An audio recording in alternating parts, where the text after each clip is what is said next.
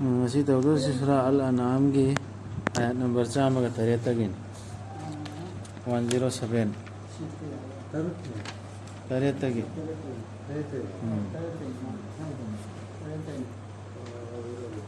أعوذ بالله من الشيطان الرجيم بسم الله الرحمن الرحيم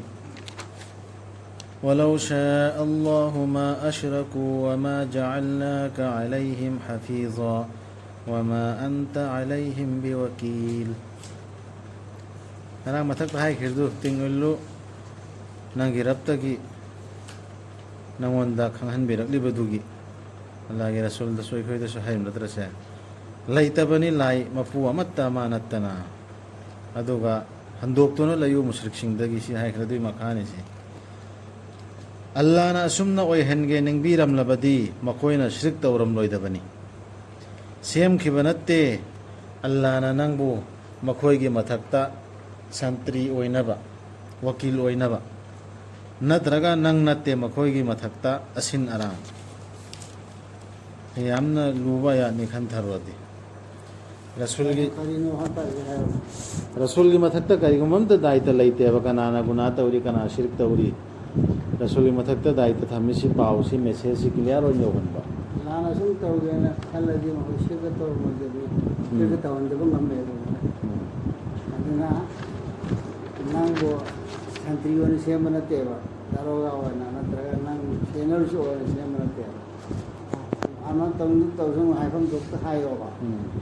लाना वो नाना लोअन में मुश्किल हो शिर के तवल्लर हो ये मुसलमान पुण्य हो शिर ऐसी मैम जाओ बने ते शिर के मान हो लाना वो मुसलमान लोअन हो हैं जो हम भी है अभी वो हम भी जी करेंगे ना पर खा लो ये बाला मान मान पाम भी मत तुम और किधर ना ना ना खाद ना वो है ना कोई अंगम बने ते मसा मसा दा खल हल लिया नदी तो नहीं खाने चले नमको सासवंदा ला इकराह फी दीन सुयाउरी दिन सुरा बकरा दा नंबूसा सोंदे एक्शन दा अकन बो वही नफो हाईवे यादे इस्लाम के मतंग दा कन्न लाव खोंदर इमा दु अदा न तौ रोदा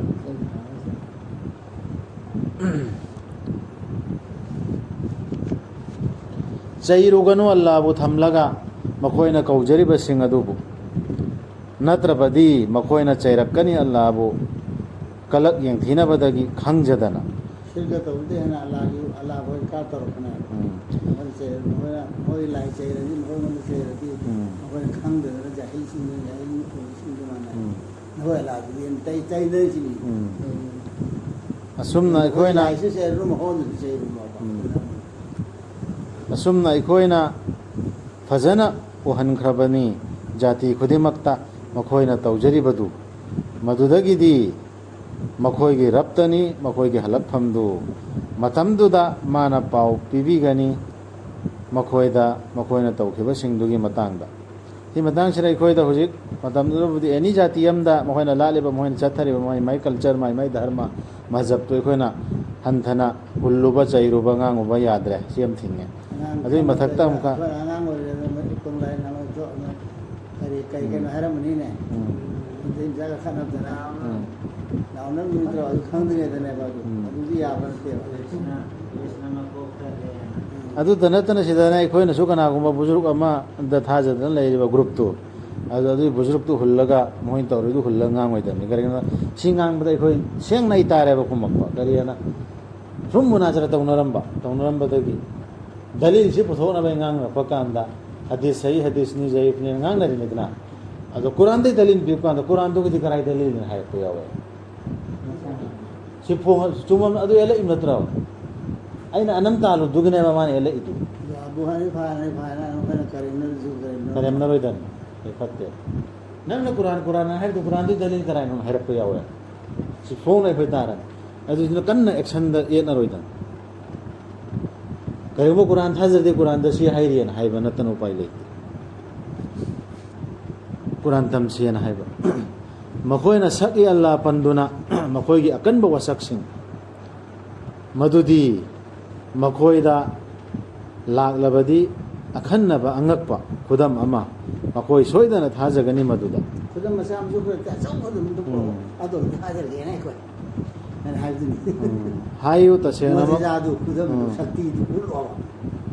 ꯍꯥꯏꯌꯨ ꯇꯁꯦꯡꯅꯃꯛ ꯈꯨꯗꯝꯁꯤꯡꯗꯤ ꯑꯜꯂꯥꯍ ꯈꯛꯇꯒꯤꯅꯤ ꯃꯅꯥꯛꯇ ꯂꯩꯕꯅꯤ ꯀꯔꯤꯅ ꯂꯥꯝꯕ ꯉꯝꯍꯟꯒꯗꯒꯦ ꯅꯈꯣꯏꯕꯨ ꯃꯗꯨꯗꯤ ꯀꯔꯤꯒꯨꯝꯕ ꯃꯗꯨ ꯂꯥꯛꯂꯕꯁꯨ ꯃꯈꯣꯏꯗꯤ ꯑꯗꯨꯝ ꯊꯥꯖꯔꯔꯣꯏ ꯀꯩꯅ ꯂꯥꯝꯕ ꯉꯝꯍꯟꯒꯗꯒꯦ ꯍꯥꯏꯁꯤ ꯀꯔꯝꯕ ꯑꯩꯈꯣꯏ ꯁꯤꯕꯨ ꯍꯥꯏꯗꯨꯅꯦꯕ ꯚꯥꯞ ꯏꯇꯥ ꯇꯥꯗꯕꯁꯦ ꯃꯣꯏ ꯀꯔꯝꯕꯅ ꯍꯥꯏꯁꯤꯒꯦ ꯃꯈꯣꯏꯗ ꯑꯩꯅ ꯍꯥꯏꯗꯧꯁꯨ ꯑꯜꯂꯥꯍꯅ ꯍꯥꯏꯗꯧꯁꯨ ꯑꯩꯅ ꯍꯥꯏꯔꯒ ꯂꯦꯞꯄꯒ ꯑꯗ ꯃꯈꯥꯗ ꯍꯥꯏꯔꯛꯏꯁꯤ ꯃꯗꯨꯗꯨ ꯂꯥꯛꯑꯀꯥꯟꯗꯤ ꯑꯗꯨꯏ ꯈꯨꯗꯝ ꯑꯉꯛꯄ ꯈꯨꯗꯝꯗꯨ ꯅꯠꯇ꯭ꯔꯣ ꯂꯥꯛꯑꯁꯨ ꯏꯟꯅꯔꯤꯗꯨ ꯃꯌꯥꯝ ꯊꯥꯖꯔꯣꯏ ꯁꯤ ꯈꯨꯗꯝ ꯑꯉꯛꯄꯁꯤꯅꯦꯕ ꯑꯩꯈꯣꯏꯅ ꯎꯝꯃꯠꯇꯦ ꯃꯨꯍꯝꯃꯗꯤꯌꯥꯅ ꯂꯩꯔꯤꯕ ꯀꯥꯡꯕꯨꯁꯤꯗꯁꯨ ꯏꯟꯅꯈ꯭ꯔꯤꯁꯤ ꯄꯤꯔꯁꯤꯡꯒꯤ ꯕꯨꯖꯨꯔꯨꯛꯁꯤꯡꯒꯤ ꯍꯦꯛꯇ ꯃꯥꯗꯤ ꯑꯗꯨꯝꯕ ꯀꯔꯥꯃꯠ ꯎꯠꯄ ꯉꯝꯃꯤ ꯑꯗꯨꯃꯥꯏꯅ ꯑꯉꯛꯄ ꯋꯥꯔꯤ ꯍꯥꯏꯕ ꯉꯝꯃꯤ ꯍꯥꯏꯅ ꯀꯨꯔꯥꯟꯒꯤ ꯑꯌꯥ ꯅꯠꯇꯕ ꯃꯥꯒꯤ ꯑꯐꯣꯡꯕ ꯃꯃꯪꯒꯤ ꯋꯥꯔꯤ ꯑꯣꯏꯔꯣ ꯃꯥꯅ ꯐꯝꯃꯤꯉꯩꯒꯤ ꯀꯔꯥꯃꯠ ꯎꯠꯄꯒꯤ ꯖꯥꯗꯨ ꯎꯠꯄꯒꯤ ꯑꯣꯏꯔꯣ ꯑꯗꯨꯅꯅꯦꯕ ꯂꯨꯞꯇꯅ ꯉꯥꯎꯅꯈ꯭ꯔꯤꯁꯤ ꯑꯗꯨꯝꯕ ꯁꯥꯏꯟꯁꯀ ꯆꯥꯟꯅꯗꯕ ꯃꯤꯑꯣꯏꯕ ꯕ꯭ꯔꯦꯟꯒ ꯆꯥꯟꯅꯗꯕꯗꯤ ꯀꯨꯔꯥꯟꯗ ꯑꯜꯂꯥꯍꯅ ꯑꯩꯈꯣꯏꯗ ꯏꯃꯥꯟ ꯄꯨꯔꯛꯅꯕ ꯍꯥꯏꯗꯦꯕ ꯑꯃꯐꯥꯎ ꯍꯨꯀꯨꯝ ꯇꯧꯗꯦ ꯑꯗꯨꯝꯕ ꯆꯥꯟꯅꯗꯕꯗ ꯗꯂꯤꯜ ꯑꯣꯏ sida haise musulmanshinda onjilisi kum haise ma yushiru kum sigi arda wahai arda se kari potano ma se kari kanana non da kari potano hairo yushiru khangan gidori no lama khangan gidori no kum na ko kari pot hairo ko hafta aldor no no adula asu man pro o ni sine bahais ai khang ba hele kitab ꯑꯩꯈꯣꯏꯗꯅꯤ ꯍꯥꯏꯔꯤꯁꯤ ꯂꯩꯊꯣꯛꯀꯅꯤ ꯑꯩꯈꯣꯏꯅ ꯍꯥꯏꯗꯤ ꯑꯜꯂꯥꯍꯅ ꯃꯈꯣꯏꯒꯤ ꯊꯃꯣꯏꯁꯤꯡ ꯑꯃꯁꯨꯡ ꯃꯈꯣꯏꯒꯤ ꯃꯃꯤꯠꯁꯤꯡ ꯃꯈꯣꯏꯅ ꯃꯗꯨꯕꯨ ꯊꯥꯖꯈꯤꯗꯕ ꯑꯗꯨꯒꯨꯝꯅ ꯑꯍꯥꯟꯕ ꯃꯇꯥꯡꯗ ꯑꯗꯨꯒ ꯑꯩꯈꯣꯏꯅ ꯊꯥꯗꯣꯛꯇꯨꯅ ꯊꯝꯒꯅꯤ ꯃꯈꯣꯏꯕꯨ ꯃꯈꯣꯏꯒꯤ ꯂꯝꯍꯦꯟꯕ ꯂꯤꯆꯠ ꯑꯗꯨꯗ ꯃꯃꯤꯠ ꯎꯗꯅ ꯀꯣꯏꯆꯠ ꯆꯠꯍꯟꯗꯨꯅ ꯃꯥꯅ ꯇꯧꯔꯤꯗꯨꯅ ꯍꯔꯥꯎꯍꯟꯗꯅ ꯄꯥꯝꯗꯅ ꯑꯗꯨꯝ ꯃꯥꯏ ꯄꯥꯛꯑꯦꯅ ꯂꯩꯅꯗꯧꯔꯤꯅꯤ ꯑꯗꯣ ꯑꯩꯈꯣꯏ ꯀꯨꯔꯥꯟ ꯊꯦꯡꯅꯕ ꯀꯥꯡꯕꯨꯗꯤ ꯀꯨꯔꯥꯟꯁꯤꯗ ꯆꯦꯛ ꯇꯧꯔꯛꯀꯗꯧꯔꯤ ꯆꯨꯝꯃꯤꯕ꯭ꯔꯥ ꯂꯥꯜꯂꯤꯕ꯭ꯔꯥ ꯑꯩꯅ ꯁꯤ ꯇꯧꯔꯨꯔꯤꯁꯤ ꯍꯥꯏꯕ ꯏꯜꯂꯨꯔꯤꯁꯤꯕꯨ ꯑꯗꯨꯝ ꯂꯩꯊꯣꯛꯈ꯭ꯔꯕ ꯀꯥꯡꯕꯨꯗꯨꯗꯤ ꯃꯥꯅ ꯇꯧꯔꯤꯗꯨꯔ ꯁꯤꯅ ꯐꯔꯦ ꯍꯥꯏꯅ ꯑꯩꯈꯣꯏ ꯃꯥꯡꯗꯁꯨ ꯃꯌꯥꯝ ꯃꯤ ꯊꯦꯡꯅꯩꯗꯅ ꯁꯨꯝꯕꯗꯤ ꯀꯔꯤꯒꯨꯝꯕ ꯑꯩꯈꯣꯏꯅ ꯍꯥꯏꯗꯤ ꯑꯜꯂꯥꯍꯅ ꯊꯥꯗꯔꯛꯂꯝꯂꯕꯁꯨ ꯃꯈꯣꯏꯗ ꯐꯔꯤꯁꯇꯥꯁꯤꯡ ꯑꯃꯁꯨꯡ ꯋꯥ ꯉꯥꯡꯂꯝꯂꯕꯁꯨ ꯑꯁꯤꯕꯅ ꯃꯈꯣꯏꯗ ꯑꯗꯨꯒ ꯑꯩꯈꯣꯏꯅ ꯊꯦꯟꯗꯨꯅ ꯊꯝꯂꯝꯂꯕꯁꯨ ꯄꯣꯠ ꯈꯨꯗꯤꯡꯃꯛ ꯃꯈꯣꯏꯒꯤ ꯃꯃꯥꯡꯗ ꯃꯈꯣꯏꯅ ꯊꯥꯖꯕ ꯀꯧꯕ ꯂꯩꯔꯔꯣꯏ ꯑꯜꯂꯥꯍꯅ ꯑꯁꯨꯝꯅꯃꯛ ꯑꯣꯏꯍꯟꯕꯤꯒꯦ ꯅꯤꯡꯕꯤꯕ ꯅꯠꯇꯅꯗꯤ ꯆꯨꯝꯃꯤꯔꯦ ꯃꯥ ꯍꯥꯏꯁꯦꯅ ꯍꯥꯏꯕ ꯐꯔꯤꯁꯇꯥꯁꯤ ꯂꯥꯛꯑꯦ ꯐꯔꯤꯁꯇꯥ ꯃꯈꯣꯏꯗ ꯆꯨꯝꯃꯤꯔꯦ ꯅꯕꯤ ꯆꯨꯝꯃꯤꯅ ꯂꯥꯏꯔꯤꯛ ꯊꯥꯔꯤꯁꯤ ꯆꯨꯝꯃꯤꯅꯦꯅ ꯍꯥꯏꯔꯕ ꯑꯗꯨ ꯑꯀꯟꯕ ꯈꯨꯗꯝ ꯅꯠꯇ꯭ꯔꯣ ꯑꯗꯨ ꯄꯤꯔꯤꯗꯨ ꯑꯗꯨ ꯎꯃꯤꯅ ꯎꯔꯝꯅꯦꯕ ꯁꯨꯃꯥꯏꯅ ꯇꯧꯗꯅ ꯍꯦꯛ ꯈꯨꯗꯝ ꯃꯌꯥꯝ ꯄꯨꯔꯛꯑꯁꯨꯅꯦ ꯊꯥꯖꯔꯣꯏ ꯇꯧꯅꯃꯁꯨ ꯃꯈꯣꯏ ꯑꯌꯥꯝꯕꯅ ꯃꯗꯨ ꯈꯪꯗꯕꯅꯤ ꯁꯤꯗ ꯑꯁꯤꯕꯅ ꯋꯥ ꯉꯥꯡꯉꯛꯄ ꯈꯨꯝꯃꯛꯄ ꯈꯔ ꯍꯥꯏꯔꯤꯁꯤ ꯁꯨꯝ ꯑꯩꯈꯣই ꯉꯥꯛꯇꯪ ꯈꯟꯗꯁꯦꯕ ꯐꯖꯥꯏꯂꯦ ꯑꯃꯥꯜꯗꯗꯤ ꯌꯥꯝ ꯌꯥꯎꯔꯤꯌꯦ ꯕꯨꯖꯨꯔꯛꯀꯤ ꯋꯥꯀꯌꯥꯗ ꯋꯥ ꯉꯥꯡꯉꯛꯄ ꯁꯂꯥꯝꯒꯤ ꯖꯋꯥꯕ ꯄꯥꯎꯈꯨꯝ ꯄꯤꯔꯛꯄ ꯑꯗꯨꯗꯩ ꯄꯣꯂꯣꯏꯕ ꯀꯥꯟꯗ ꯀꯕꯔ ꯃꯅꯨꯡꯗ ꯈꯨꯗꯣꯝꯕꯤ ꯐꯥꯈꯤꯕꯒꯨꯝꯕ ꯑꯗꯨꯗꯒꯤ ꯅꯣꯛꯊꯣꯔꯛꯄ ꯏꯔꯨꯔꯤꯉꯩꯗ ꯁꯨꯝꯕ ꯋꯥꯔꯤ ꯌꯥꯝ ꯌꯥꯎꯔꯤ ꯀꯅꯥꯅꯕꯨ ꯏꯔꯝꯃꯤꯕ ꯀꯗꯥꯏꯗꯒꯤ ꯇꯥꯔꯛꯏꯕ ꯈꯨꯗꯣꯝꯕꯤꯗꯨ ꯇꯞꯅ ꯄꯥꯏꯔꯦ ꯈꯪꯉꯤꯅꯦ ꯑꯩ ꯁꯤꯔ ꯈꯪꯉꯤꯅꯦ ꯁꯃꯨꯗ꯭ꯔꯗ ꯊꯥꯡꯗꯕꯗ ꯅꯍꯥꯟ ꯅꯣꯡꯃ ꯎꯈꯤꯕ ꯀꯔꯤ ꯃꯈꯣꯏ ꯑꯍꯨꯝ ꯃꯔꯤꯗ ꯊꯥꯡꯗꯕꯗ ꯑꯩꯈꯣꯏꯒꯤ ꯀꯥꯏꯁꯦ ꯐꯤꯒꯤ ꯒꯨꯝꯕ ꯑꯃ ꯄꯨꯜꯂꯒ ꯁꯨꯃꯥꯏꯅ ꯊꯥꯡꯗꯕꯗ ꯊꯥꯡꯗꯕ ꯁꯔ ꯅꯥꯟꯅꯗꯤ ꯉꯥꯡꯕꯗꯤ ꯀꯔꯤ ꯇꯥꯁꯤꯟꯅꯈ꯭ꯔꯦꯕ ꯃꯣꯕꯥꯏꯜꯗ ꯂꯥꯛꯈꯤꯅꯤ ꯑꯀꯥꯝꯗꯨ ꯀꯔꯤ ꯉꯥꯡꯅ ꯑꯁꯤꯕ ꯁꯥꯎꯔꯛꯏꯅꯦ ꯀꯔꯤꯗ ꯐꯔꯒ ꯊꯕꯛ ꯑꯗꯨ ꯀꯔꯦꯝꯅꯔꯤꯃꯦ ꯕꯨꯖꯨꯔꯁꯤꯡꯁꯤ ꯑꯗꯨ ꯉꯝꯃꯤ ꯑꯗꯥ ꯉꯝꯃꯤ ꯍꯥꯏꯕꯗꯨ ꯀꯔꯦꯝꯅꯔꯤꯃꯦ ꯑꯗꯨꯏꯗꯨ ꯀꯔꯤꯒꯨꯝꯕ ꯑꯝꯇ ꯑꯩꯈꯣꯏꯒꯤ ꯑꯜꯂꯥꯍꯅ ꯍꯥꯏꯔꯤꯕ ꯑꯌꯥꯁꯤꯡꯁꯤꯅꯗꯤ ꯌꯥꯎꯗꯦ ꯁꯤ ꯈꯔꯗꯤ ꯂꯣꯏꯔꯦ ꯑꯁꯨꯝꯅ ꯁꯦꯝꯈꯤ ꯑꯩꯈꯣꯏꯅ ꯅꯕꯤ ꯈꯨꯗꯤꯡꯃꯛꯀꯤ ꯌꯦꯛꯅꯕ ꯁꯩꯇꯥꯟꯁꯤꯡ ꯃꯤꯑꯣꯏꯕ ꯑꯃꯁꯨꯡ ꯖꯤꯟꯗꯒꯤ ꯃꯤꯗꯒꯤꯁꯨ ꯖꯤꯟꯗꯒꯤꯁꯨ ꯁꯤꯈ꯭ꯔ ꯃꯤꯁꯤꯡꯁꯤꯅ ꯀꯔꯤꯝꯇ ꯈꯪꯗ꯭ꯔꯦꯕ ꯃꯁꯥꯁꯦ ꯀꯔꯝ ꯀꯥꯟꯗ ꯍꯧꯒꯠꯂꯛꯀꯗꯧꯒꯦ ꯍꯥꯏꯕꯁꯨ ꯈꯪꯗꯦ ꯀꯨꯔꯥꯟꯗ ꯌꯥꯎꯔꯛꯇ꯭ꯔꯣ ꯁꯤꯒꯤ ꯑꯌꯥꯁꯤꯁꯨ ꯑꯃꯒꯤ ꯑꯌꯥꯠꯇꯨꯒ ꯍꯥꯏꯐꯦꯠ ꯃꯥꯟꯅꯗ꯭ꯔꯣ ꯃꯤꯗꯒꯤꯁꯨ ꯖꯤꯟꯗꯒꯤꯁꯨ ꯁꯩꯇꯥꯟ ꯁꯦꯝꯃꯦꯕ ꯑꯜꯂꯥꯍ ꯅꯕꯤꯒꯤ ꯌꯦꯛꯅꯕꯀꯣ ꯊꯧꯖꯤꯟꯅꯗꯨꯅ ꯃꯈꯣꯏ ꯑꯃꯅ ꯑꯃꯗ ꯂꯩꯁꯤ ꯂꯩꯊꯣꯟꯕ ꯋꯥꯉꯥꯡ ꯋꯥꯇꯥ ꯑꯔꯦꯝꯕ ꯑꯁꯥꯗ ꯍꯥꯏꯗꯤ ꯃꯌꯥꯝ ꯑꯃ ꯀꯨꯔꯥꯟꯁꯤꯒꯤ ꯑꯌꯥꯠ ꯅꯠꯇꯕ ꯃꯌꯥꯝ ꯑꯃ ꯄ꯭ꯔꯃꯥꯟ ꯄꯟꯊꯩ ꯇꯧꯅꯗꯅ ꯍꯧꯖꯤꯛ ꯏꯔꯤꯗꯨ ꯂꯥꯏꯔꯤꯛꯁꯤꯡꯗ ꯍꯧꯖꯤꯛ ꯍꯥꯏꯈꯤꯕꯁꯤꯡꯗꯣ ꯑꯗꯨꯃꯥꯏꯅ ꯑꯗꯨꯗ ꯊꯥꯖꯅꯗꯅ ꯂꯨꯞꯅꯗꯅ ꯉꯥꯎꯅꯗꯅ ꯂꯩꯅꯔꯤ ꯑꯗꯨꯒ ꯑꯃꯁꯨꯡ ꯈꯔꯤꯖꯅꯇ ꯆꯠꯂꯗꯕꯅꯤ ꯑꯗꯨ ꯇꯧꯕꯅꯤ ꯍꯥꯏꯕꯒꯨꯝꯕ ꯀꯩꯒꯨꯝꯕ ꯑꯉꯛꯄ ꯋꯥ ꯃꯌꯥꯝ ꯑꯉꯛꯄ ꯑꯁꯨꯝꯅꯃꯛ ꯇꯧꯒꯦ ꯅꯤꯡꯕꯤꯔꯝꯂꯕꯗꯤ ꯅꯪꯒꯤ ꯔꯕꯅ ꯃꯈꯣꯏꯅ ꯃꯗꯨ ꯇꯧꯔꯝꯂꯣꯏꯗꯕꯅꯤ ꯑꯗꯨꯅ ꯑꯗꯨꯝ ꯊꯥꯗꯣꯛꯇꯨꯅ ꯊꯝꯂꯣ ꯃꯈꯣꯏꯕꯨ ꯑꯃꯁꯨꯡ ꯃꯈꯣꯏꯅ ꯁꯦꯝꯖꯤꯟ ꯁꯥꯖꯤꯟꯗꯨꯅ ꯄꯨꯊꯣꯛꯂꯤꯕꯁꯤꯡꯗꯨ ꯃꯈꯣꯏꯅ ꯁꯦꯝꯖꯤꯟ ꯁꯥꯖꯤꯟꯗꯨꯅ ꯄꯨꯊꯣꯛꯏꯕ ꯃꯌꯥꯝ ꯐꯠꯋꯥ ꯃꯌꯥꯝ ꯋꯥꯔꯤ ꯃꯌꯥꯝ ꯑꯗꯨꯗꯩ ꯃꯣꯏ ꯆꯠꯅꯕꯤ ꯃꯌꯥꯝꯗꯣ ꯅꯥꯆꯨꯡꯉꯨꯔꯅꯨ ꯊꯥꯗꯣꯛꯇꯨꯅ ꯊꯝꯃꯣ ꯑꯜꯂꯥꯍꯅ ꯆꯨꯝꯊꯣꯛꯈꯤꯗꯤ ꯆꯨꯝꯍꯟꯕ ꯉꯝꯃꯦꯕ ꯑꯗꯨ ꯑꯜꯂꯥꯍꯅ ꯆꯨꯝꯗ꯭ꯔꯗꯨꯗꯤ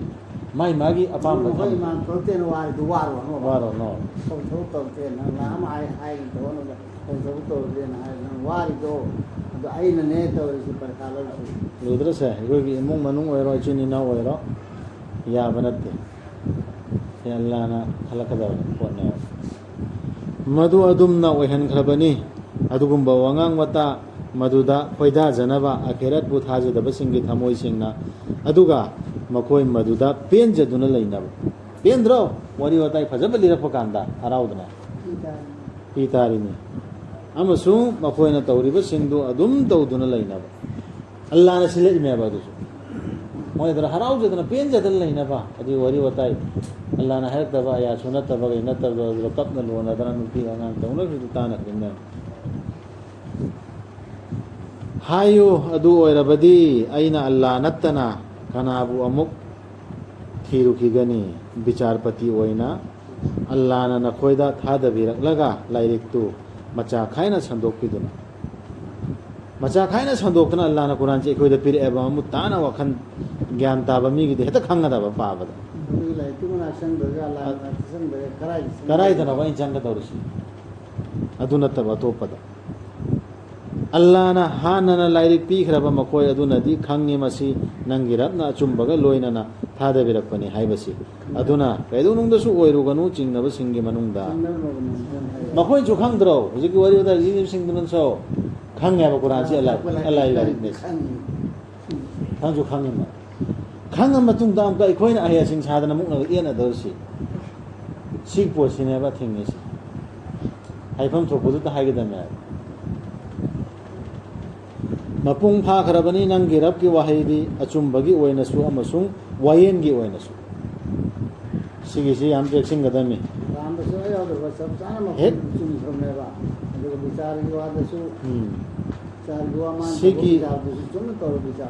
ꯁꯤꯒꯤ ꯑꯌꯥꯠ ꯃꯇꯦꯛꯁꯤꯗꯁꯨ ꯈꯪꯕ ꯉꯝꯃꯦ ꯀꯔꯤꯑꯅ ꯁꯤꯒꯤ ꯂꯥꯏꯔꯤꯛꯁꯤ ꯈꯛꯇꯅ ꯋꯥꯌꯦꯟꯒꯗꯕꯅꯦ ꯑꯌꯥꯠꯁꯤ ꯈꯛꯇꯅ ꯑꯇꯣꯞꯄꯅ ꯌꯥꯗꯦ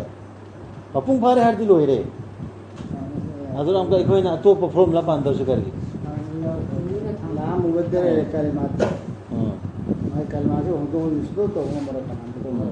ꯀꯅꯥ ꯑꯃꯠꯇꯅꯁꯨ ꯍꯣꯡꯗꯣꯛꯄ ꯉꯝꯕ ꯅꯠꯇꯦ ꯃꯥꯒꯤ ꯋꯥꯍꯩꯁꯤꯡꯕꯨ ꯃꯥꯗꯤ ꯑꯇꯥꯕꯗꯨꯅꯤ ꯑꯈꯪꯕꯗꯨꯅꯤ ꯑꯗꯨꯅ ꯁꯨꯕꯍꯣꯡ ꯍꯣꯡꯕ ꯌꯥꯗ꯭ꯔꯦ ꯀꯨꯔꯥꯟꯒꯤ ꯑꯌꯥꯠꯁꯤ ꯈꯛꯇꯅ ꯏꯃꯨꯡ ꯃꯅꯨꯡꯗꯁꯨ ꯀꯩꯔꯣꯏ ꯂꯩꯀꯥꯏꯗꯁꯨ ꯗꯨꯅꯤꯌꯥ ꯃꯁꯥ ꯄꯨꯝꯕꯗ ꯗꯤꯟꯒꯤ ꯙꯔꯝ ꯏꯁꯂꯥꯝꯒꯤ ꯃꯇꯥꯡꯗ ꯍꯥꯏꯒꯦꯗꯤ ꯀꯨꯔꯥꯟꯒꯤ ꯑꯌꯥꯠꯁꯤ ꯈꯛꯇꯅ ꯍꯥꯏꯒꯗꯕ ꯁꯤ ꯍꯣꯡꯗꯣꯛꯄꯁꯨ ꯌꯥꯗꯦ ꯃꯄꯨꯡ ꯐꯥꯈ꯭ꯔꯦ ꯁꯤꯗꯒꯤ ꯑꯩꯈꯣꯏꯅ ꯑꯇꯣꯞꯄ ꯑꯃ ꯁꯥꯖꯤꯜꯂꯨꯔꯕ ꯍꯤꯁꯇ꯭ꯔꯤꯗꯒꯤ ꯑꯆꯨꯝꯕꯅꯤꯍꯦ ꯁꯤ ꯐꯂꯥꯅ ꯕꯨꯖꯨꯔꯨꯛꯇꯨꯅ ꯐꯂꯥꯅ ꯄꯩꯒꯝꯕꯔꯅ ꯍꯥꯏꯔꯝꯕꯅꯤ ꯁꯤ ꯏꯟꯒꯗꯕꯅꯦꯅ ꯑꯍꯩ ꯑꯄꯥ ꯁꯥꯕꯩ ꯗꯔꯀꯥꯔ ꯂꯩꯇꯦ ꯅꯪꯅ ꯋꯥ ꯏꯜꯂꯨꯔꯕꯗꯤ ꯄ꯭ꯔꯤꯊꯤꯕꯤꯗ ꯂꯩꯔꯤꯕ ꯑꯌꯥꯝꯕꯒꯤ ꯃꯈꯣꯏꯅ ꯂꯪꯐꯩꯅꯍꯟꯈꯤꯒꯅꯤ ꯅꯪꯕꯨ ꯑꯜꯂꯥꯍꯒꯤ ꯂꯝꯕꯤꯗꯒꯤ ꯁꯤꯗ ꯑꯃꯨꯛꯀ ꯍꯥꯏꯔꯛꯏꯁꯤ ꯀꯩꯒꯨꯝꯕ ꯋꯥ ꯏꯜꯂꯨꯔꯕ ꯔꯁꯨꯜꯅ ꯅꯠꯇ꯭ꯔꯒ ꯑꯔꯥꯟꯕ ꯆꯠꯄꯁꯤ ꯑꯌꯥꯝꯕꯅ ꯑꯔꯥꯟꯕ ꯆꯠꯂꯤ ꯍꯥꯏꯕꯗꯨ ꯇꯥꯏ ꯗꯨꯅꯤꯌꯥꯁꯤꯗ ꯀꯅꯥꯒꯨꯝꯕ ꯗꯥꯋꯠ ꯇꯧꯔꯤꯕ ꯃꯤ ꯑꯣꯏꯔꯣ ꯄꯩꯒꯝꯕꯔ ꯑꯣꯏꯔꯣ ꯑꯗꯨꯅ ꯍꯦꯛ ꯋꯥꯁꯤ ꯏꯜꯂꯨꯔꯕ ꯑꯌꯥꯝꯕ ꯃꯤꯁꯤꯡꯗꯨꯒꯤ ꯂꯪꯐꯩꯅꯍꯟꯒꯅꯦꯕ ꯃꯦꯖꯣꯔꯤꯇꯤꯗ ꯆꯠꯂꯨꯔꯗꯤ ꯂꯩꯔꯤ ꯃꯈꯣꯏ ꯀꯔꯤꯝꯇꯒꯤ ꯇꯨꯡ ꯏꯟꯕ ꯅꯠꯇꯦ ꯚꯥꯞꯅ ꯁꯥꯒꯠꯄ ꯅꯠꯇꯅ ꯃꯈꯣꯏ ꯀꯔꯤꯁꯨ ꯇꯧꯕ ꯅꯠꯇꯦ ꯚꯥꯞꯅ ꯁꯥꯖꯤꯟꯕ ꯅꯠꯇꯅ ꯄꯨꯔꯥ ꯀ꯭ꯂꯤꯌꯥꯔ ꯁꯦꯡꯉꯕ ꯁ꯭ꯇꯦꯠꯃꯦꯟꯅꯤ ꯑꯩꯈꯣꯏꯅ ꯑꯌꯥꯝꯕꯅ ꯍꯥꯏꯕꯗꯣ ꯑꯆꯨꯝꯕ ꯑꯣꯏꯔꯁꯨ ꯏꯟꯒꯅꯨ ꯍꯥꯏꯕ ꯅꯠꯇꯦ ꯑꯆꯨꯝꯕ ꯑꯌꯥꯝꯕꯅ ꯍꯥꯏꯈ꯭ꯔꯗꯤ ꯆꯨꯝꯃꯝꯃꯅꯤꯅ ꯂꯧꯔꯣꯅꯣ ꯑꯌꯥꯝꯕꯗ ꯆꯨꯝꯕ ꯆꯨꯝꯗꯕꯁꯦ ꯑꯌꯥꯝꯕꯗ ꯂꯩꯇꯦ ꯃꯈꯣꯏꯅ ꯍꯥꯏꯗꯣ ꯑꯆꯨꯝꯕ ꯑꯣꯏꯔꯗꯤ ꯑꯌꯥꯝꯕꯅ ꯍꯥꯏꯕꯗꯨꯁꯨ ꯂꯧ ꯇꯥꯕꯅꯤ ꯇꯁꯦꯡꯅꯃꯛ ꯅꯪꯒꯤ ꯔꯕꯅ ꯍꯦꯟꯅ ꯈꯪꯕꯅꯤ ꯀꯅꯥꯅ ꯃꯥꯒꯤ ꯂꯝꯕꯤꯗꯒꯤ ꯐꯩꯗꯣꯛꯂꯤ ꯍꯥꯏꯕ ꯑꯗꯨꯒ ꯃꯥꯅ ꯍꯦꯟꯅ ꯈꯪꯕꯅꯤ ꯂꯝꯖꯤꯡꯕꯤꯔꯕꯁꯤꯡ ꯑꯗꯨꯕꯨꯁꯨ ꯁꯤꯁꯨ ai si mi si lamana khara si yaroi si kenta nang na fasla to biro no Allah na khangi kanano chummi si chum badal iri si kanano aram badal iri si Allah na khangi unin de nang khanda kan te roi thona te aduna chau adugumba sa singdu makhoi du len bada Allah gi ming pan khiba nakhoi na oirabadi magi aya sing da thajaba sing oi hana bayan to budu digo andre sabaga iman ga su ya mari lei namni ya ko to mata de sta thakidana hana sura anangi no kokta adu ju halai Allah gi ming lauraga len khaba kana gumba min na lela ahle kitab sing gi manung dagi sa be yare sar da ai man len mo ne le no ma len ki pro si cha roi ga tong nor du am fasla to namne Allah na khange kana na sire la cha wa ri kari gi na khoi na cha roi dori bono maduda Allah gi ming lau khraba sa adu Allah na nakhoi da han na macha khaina sandok na takpi khraba da ta khre da na kan bacha be ya de ta khre da na ram sine ko ko nakhoi da kari thingba ge haibedu kari na thingidu ta khre ba nakhoi bu namduna tauhan bi tauhan khibadu natana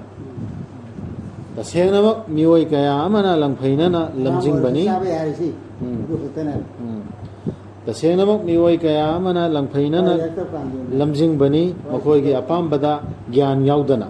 ta senama nang girat na khwaida gi hena khangli bani ngamkhai lanthokpa sing adubu tu yalla ai man lem de jar no mama sab to han khami bo hairo amu bo hairo adragi amana adu di chahi de he makruni adu mai len khaba o ha yadre adu Allah na clear hoina ta khre mamangda adu na ne adu mai na baham na saga laga ne haire ba gyan yaw dan tawrib sing do adu am tawronu adu Allah na haire ba ayatu matung inna oira di charo natraga charo sadu sadan bai hu dina hu du thao ka do sing la ho poran hai ga di adu ho sa we hai ne hinga adi hingadi del ho ga hingdre adu sa we adwa Allah na sianga ta pi khra karam bana yabna yadam nasu sidam ka handal lai se ki ta khriba ayat tu maru oi farz ni tawdab yad rabni hay buta in ta khriba Allah na khoida kari cha ba ya yad de hay adu na khoina ahya pa sara hapala no bagyan yaudana sumaina koina kuina por padu na sul de ko sabe yain hasi ikoina di hay ko ko ya si go ko le sing jira te hui tambi re bo hai hai sadan bai dam tambe ba ko lu sina te ba tammi tam tambi re ba dei ta adu ko hai go re di hui lu be ya de hai ga ma ko si asi bhok sa hui lo ya den kala hai hai hai hai hai Quy luật của là quy luật. do de es ko Hai. May mà tụi chúng nó kiện vào được tiền. ko lo ne hui lo dia thado go afong ba pap du mai sar ta khar le lo ya wa khan nyu de kun nan tham ya de hai re kun nan tham ya de le ya ko di ka thado go afong ba pap na gi dependent lo hai ra ne amasung madugi aron ba adusu tasenamak pap langsin ba singda pigani makhoina tawkhibadogi pifam thokbado pap langsin bagala hedu thangnara isi asai Allah na haida ba pot ama haijin badu losing su gyan su ilmu su yaudana adu pot su achoba pap natra adrogi horakadol adre atopa to pasu pap nyam nei reisa na khangba phattaba si phatte phaye si khangi adon maru aina sigi aya sida hoji marak sa haire isidi hoji ki Allah na haida ba pot ama ikhona sajilli myam du adui matang dani afong ba pap tu thadu ob cha ganu mun kan kita sing cha ganu len bada Allah gi ming pan khida ba sadu tasenamak madu sathi ba haiba indaba sathi ba haiba indaba sing ne ba dum Allah gi ming yaudan len khi potu fes pe thaw ne adui du yam sathi ba kari ne tasengnamak saitan singna thaujilli ꯃꯈꯣꯏꯒꯤ ꯃꯤꯆꯪꯁꯤꯡꯗ ꯃꯤꯑꯣꯏꯕꯒꯤ ꯃꯔꯛꯇ ꯅꯈꯣꯏꯗ ꯃꯔꯩ ꯌꯦꯠꯅꯕ ꯅꯈꯣꯏꯅ ꯃꯈꯣꯏꯒꯤ ꯋꯥ ꯏꯜꯂꯨꯔꯕꯗꯤ ꯇꯁꯦꯡꯅꯃꯛ ꯃꯈꯣꯏ ꯑꯣꯏꯈꯤꯒꯅꯤ ꯃꯨꯁꯤꯔꯤꯛꯁꯤꯡ ꯅꯤꯡꯐꯝꯗꯗꯤ ꯆꯥꯎꯅꯣ ꯍꯥꯏꯁꯦ 이제 मतम जो है इनका अरब तने अल्लाह ने सेहन बसी अल्लाह ने सेहल बितुन सारी है मीन ये बितुन सारी है अदुन ने सब सब जो है चारम में पा ये अदु की नहीं है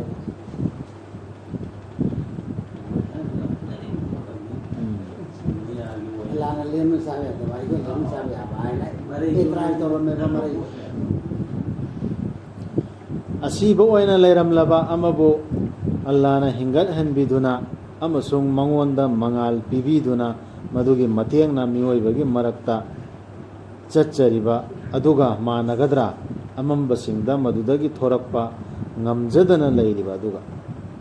ꯄꯨꯔꯥ ꯑꯁꯤꯕꯒ ꯑꯍꯤꯡꯕꯒ ꯄꯔꯃꯥꯟ ꯄꯤꯔꯤꯅꯤ ꯒ꯭ꯌꯥꯟ ꯂꯧꯁꯤꯡ हत्तसी याद है ना लाइक तुम यावरगा और हल्ले सवाई ना हत्तो समाने ना अगर जीव पान बसी है कोई साध जीव सवाई ने करो अभी तो अल्लाह की आया भी याव तो सब याद है अल्लाह की आया बगन वो चीज़ सारी तो अभी तो अल्लाह ने आया भी याव तो सब है मान नहीं पड़े सब है चाहे वो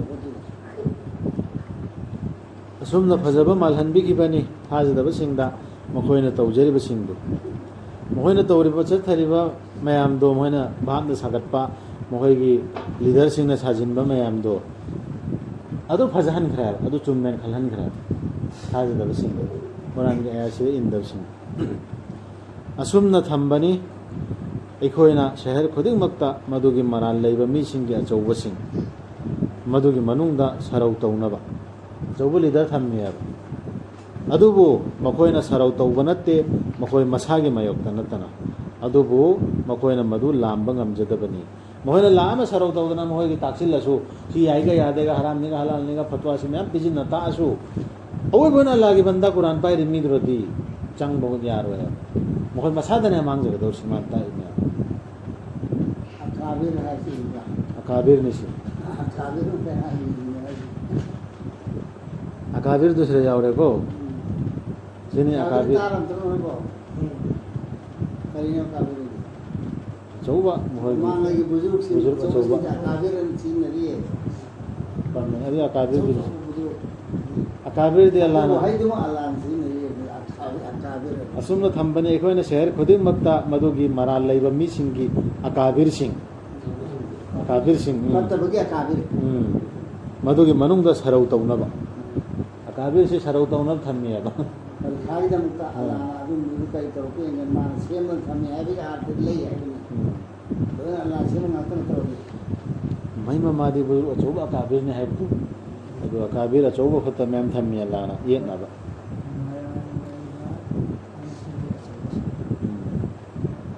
मखोयदा आयत अमा हेक लाकपदा मखोयना हाय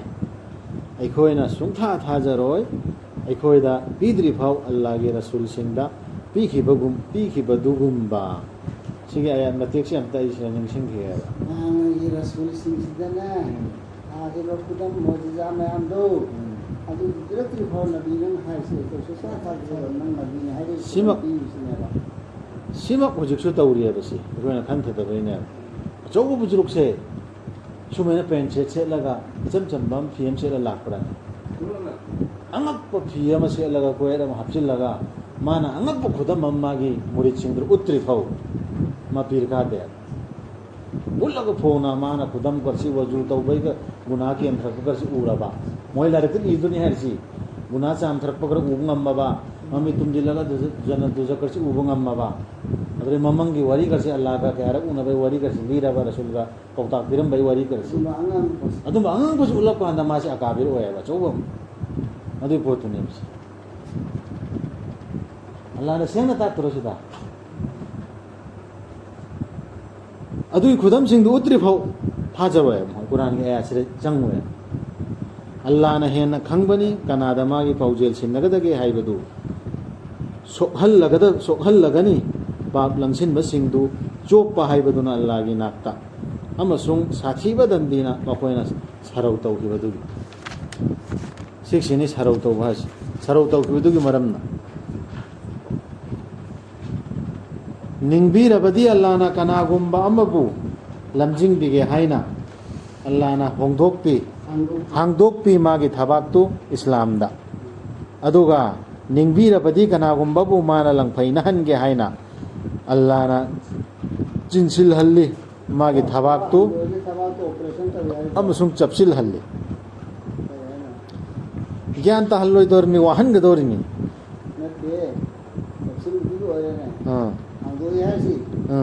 ꯀꯨꯔꯥꯟꯁꯤꯗꯅꯦ ꯃꯥꯅ ꯆꯠꯂꯤꯕ ꯂꯝꯕꯤ ꯑꯆꯨꯝꯕꯗꯨ ꯑꯗꯨꯝ ꯒ꯭ꯌꯥꯟ ꯇꯥꯍꯜꯂꯛꯀꯅꯦꯕ ꯍꯥꯡꯗꯣꯔꯛꯀꯅꯦꯕ ꯀꯨꯔꯥꯟꯒꯤ ꯑꯌꯥꯁꯤꯡꯁꯤꯗꯅꯦ ꯈꯟꯊꯕꯗ ꯑꯐꯕ ꯃꯌꯥꯝ ꯑꯃ ꯂꯥꯛꯀꯅꯦꯕ ꯇꯧꯍꯤꯗꯀꯤ ꯃꯇꯥꯡꯗ ꯑꯜꯂꯥꯍꯕꯨ ꯑꯗꯨꯒꯤꯗꯨ ꯂꯥꯛꯑꯗꯤ ꯑꯗꯨ ꯑꯜꯂꯥꯍꯅ ꯍꯤꯗꯥꯌꯠ ꯇꯧꯒꯗꯧꯔꯕ ꯃꯤꯅꯤꯁꯤ ꯈꯪꯒꯅꯦꯕ ꯃꯁꯥꯅꯁꯨ ꯈꯪꯒꯅꯤ ꯑꯗꯨ ꯃꯤꯅꯁꯨ ꯈꯪꯒꯅꯤ ꯑꯗꯨꯗꯩ ꯑꯃꯅ ꯃꯥꯅ ꯄꯥꯔꯨꯒ ꯍꯦꯟꯅ ꯂꯨꯁꯤꯜꯂꯛꯀꯅꯤ ꯒ꯭ꯌꯥꯟ ꯇꯥꯔꯛꯑꯣꯏ ꯆꯃꯝꯅꯔꯒꯅꯤ ꯃꯥꯡꯁꯤꯜꯂꯛꯑꯅꯤ ꯒ꯭ꯌꯥꯟ ꯃꯥꯡꯁꯤꯜꯂꯛꯀꯅꯤ ꯍꯤꯗꯥꯌꯠ ꯌꯧꯗꯦ ꯃꯥꯅ ꯑꯁꯃꯥꯟ ꯀꯥꯈꯠꯄ ꯇꯧꯕꯒꯤ ꯃꯇꯧꯒꯨꯝ ꯋꯥꯒꯅꯦ ꯑꯁꯃꯥꯟ ꯀꯥꯕꯗ ꯋꯥꯔꯣꯏꯗ꯭ꯔꯣ ꯄꯔꯃꯥꯟ ꯄꯤꯔꯤꯃꯤꯁꯤ ꯏꯟꯊꯛꯇ ꯀꯥꯈꯠꯄ ꯁꯃꯥꯖꯁꯤ ꯏꯟꯊꯛ ꯍꯥꯏꯅ ꯍꯥꯏꯔꯣꯅꯦ ꯏꯟꯊꯛꯇ ꯀꯥꯕꯁꯤ ꯀꯗꯥꯏ ꯌꯧꯗ꯭ꯔꯤ ꯉꯝꯗꯦꯗꯅ ꯑꯗꯨ ꯀꯥꯕ ꯉꯝꯗꯕꯒꯤ ꯋꯥꯔꯤꯅꯦꯕ ꯄꯔꯃꯥꯟ ꯄꯤꯔꯤꯁꯤ ꯑꯁꯨꯝꯅ ꯑꯁꯃꯥꯟꯗ ꯀꯥꯕꯁꯤ ꯋꯥꯈ꯭ꯔꯖꯥꯠꯅꯤ ꯅꯠꯇ꯭ꯔ ꯎꯗ ꯀꯥꯕꯁꯤ ꯋꯥꯅ ꯀꯥꯗꯧꯔꯤꯗꯅ ꯑꯗꯨꯗ ꯀꯥꯈꯠꯄꯗ ꯋꯥꯕꯗꯣ ꯑꯗꯨꯃꯥꯏꯅ ꯋꯥꯁꯤꯜꯂꯛꯀꯅꯦꯕ ꯃꯁꯥꯗ ꯑꯁꯨꯝꯅ ꯑꯃꯣꯠꯄ ꯍꯥꯞꯆꯤꯜꯂꯤ ꯑꯜꯂꯥꯍꯅ ꯊꯥꯖꯗꯕꯁꯤꯡꯗ ꯑꯗꯨꯗꯩ ꯁꯤ ꯑꯇꯣꯞꯄ ꯑꯥꯔꯊ ꯑꯃ ꯁꯨꯃꯥꯏꯅ ꯑꯩꯈꯣꯏꯅ ꯈꯟꯊꯔꯁꯨ ꯌꯥꯏ ꯀꯔꯤꯑꯅ ꯃꯥꯅ ꯅꯦꯛ ꯑꯐꯕ ꯊꯕꯛ ꯑꯃ ꯏꯟꯁꯥꯅꯤꯌꯠꯀꯤꯗꯃꯛꯇ ꯇꯧꯒꯦꯅ ꯈꯜꯂꯛꯑꯣꯅꯦ ꯃꯤꯁꯤꯅ ꯍꯧꯖꯤꯛ ꯍꯤꯗꯥꯌꯠ ꯐꯪꯉꯤ ꯃꯤꯁꯤꯅ ꯃꯉꯣꯟꯗ ꯏꯀꯣꯝ ꯀꯣꯝꯒꯅꯦꯕ ꯑꯩꯉꯣꯟꯗ ꯂꯩꯒꯦꯔꯥ ꯂꯩꯔꯣꯏꯒꯦꯔꯥ ꯃꯁꯤ ꯇꯧꯒꯗꯕꯅꯦ ꯏꯀꯣꯝ ꯀꯣꯝꯒꯅꯦꯕ ꯑꯗꯨꯗꯒꯤ ꯑꯃꯗꯨꯅ ꯂꯨꯅ ꯊꯣꯛꯀꯅꯦꯕ ꯃꯌꯥꯝ ꯑꯃ ꯂꯩꯔꯒ ꯃꯉꯣꯟꯗ ꯂꯩꯁꯨ ꯂꯩꯔꯤꯕ ꯑꯗꯨꯔꯁꯨ ꯃꯉꯣꯟꯗ ꯂꯨꯝꯒꯅꯦ ꯆꯞꯀꯅꯦ ꯁꯤꯁꯨ ꯃꯁꯤꯅꯤ ꯅꯪꯒꯤ ꯔꯕꯀꯤ ꯂꯝꯕꯤꯗꯨ ꯆꯨꯝꯗ꯭ꯔꯤꯡ ꯆꯨꯝꯕ ꯍꯧꯖꯤꯛ ꯍꯥꯏꯈ꯭ꯔꯤꯕꯁꯤꯡꯁꯤ ꯀꯨꯔꯥꯟꯁꯤ ꯑꯌꯥꯠꯁꯤꯡꯁꯤ ꯑꯩꯈꯣꯏꯅ ꯃꯆꯥ ꯈꯥꯏꯗꯣꯛꯄꯤꯕꯅꯤ ꯑꯌꯥꯠꯁꯤꯡꯕꯨ ꯈꯟꯊꯕ ꯃꯤꯁꯤꯡꯒꯤꯗꯃꯛꯇꯨ ꯁꯤꯗ ꯑꯜꯂꯥꯍꯅ ꯁꯦꯡꯅ ꯇꯐꯁꯤꯔꯁꯤ ꯌꯥꯝꯅ ꯃꯆꯥ ꯈꯥꯏꯅ ꯇꯥꯛꯄꯤꯔꯦꯕ ꯈꯟꯊꯕ ꯃꯤꯁꯤꯡꯒꯤꯗꯃꯛ ꯃꯈꯣꯏꯒꯤꯗꯤ ꯍꯧꯖꯤꯛꯀꯤ ꯍꯥꯏꯔꯤꯕ ꯃꯤꯁꯤꯡꯁꯦ ꯁꯤꯒꯤ ꯃꯈꯣꯏꯁꯤꯡꯁꯤꯒꯤꯗꯤ ꯁꯥꯟꯇꯤꯒꯤ ꯌꯨꯝꯅꯤ ꯃꯈꯣꯏꯒꯤ ꯔꯕꯀꯤ ꯃꯅꯥꯛꯇ ꯃꯥꯅꯤ ꯃꯈꯣꯏꯒꯤ ꯉꯥꯛꯁꯦꯟꯕꯤꯕ ꯑꯜꯂꯥꯍꯅꯦꯕ ꯃꯈꯣꯏꯒꯤ ꯉꯥꯛꯁꯦꯟꯕꯤꯕꯁꯤ ꯃꯔꯨꯞꯇꯨ ꯋꯥꯂꯤꯗꯨ ꯃꯈꯣꯏꯒꯤ ꯋꯥꯂꯤꯁꯦ ꯑꯜꯂꯥꯍꯅꯦꯕ ꯃꯈꯣꯏꯅ ꯇꯧꯖꯈꯤꯕ ꯑꯗꯨꯒꯤ ꯃꯔꯝꯅ ꯁꯤꯗ ꯃꯣꯃꯤꯟꯒꯤ ꯋꯥꯂꯤꯁꯤꯗꯤ ꯑꯜꯂꯥꯍꯅꯦꯕ ꯑꯗꯨ ꯑꯩꯈꯣꯏꯅ ꯑꯇꯣꯞꯄ